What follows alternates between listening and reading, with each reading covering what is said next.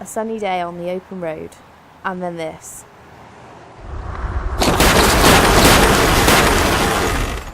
Four vehicles reduced to wrecks in seconds. Top right, a motorcyclist rides out of shot and is caught in the ensuing carnage. If you were in one of those vehicles, would you want to meet the driver responsible?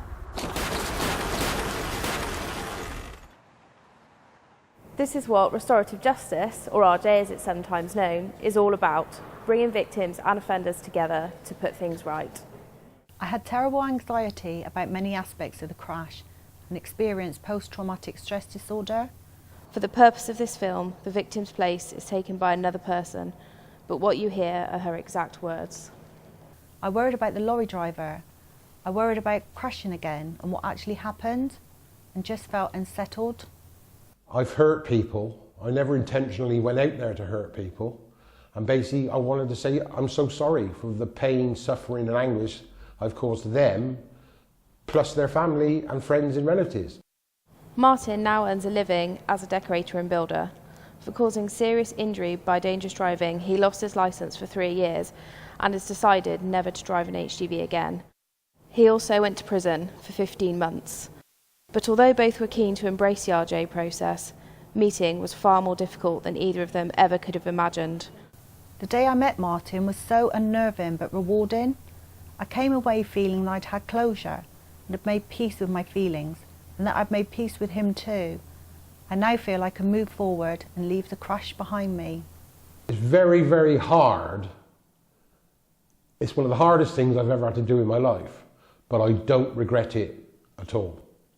I'd recommend everybody 100% to go ahead and do it.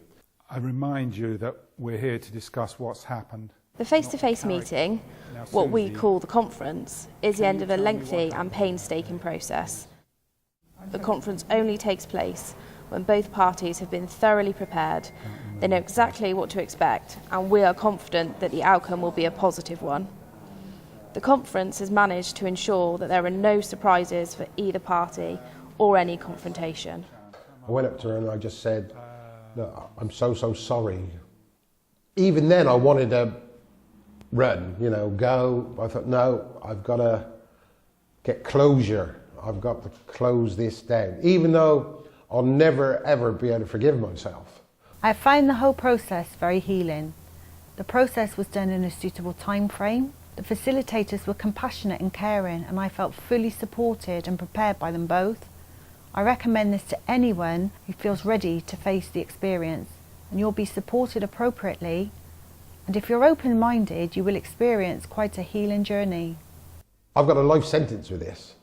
I'll take this to my grave. I'm that type of person. It definitely helps, because prior to it I kept thinking about it, lying in bed thinking about it. It's basically just closure. It helps to finish the final chapter and close the book.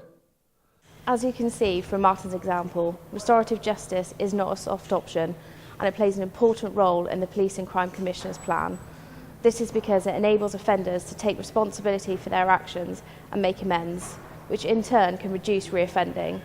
It also has huge benefits for victims, who can have a voice in the criminal justice system, get answers to their questions, and then ultimately move on from the crime.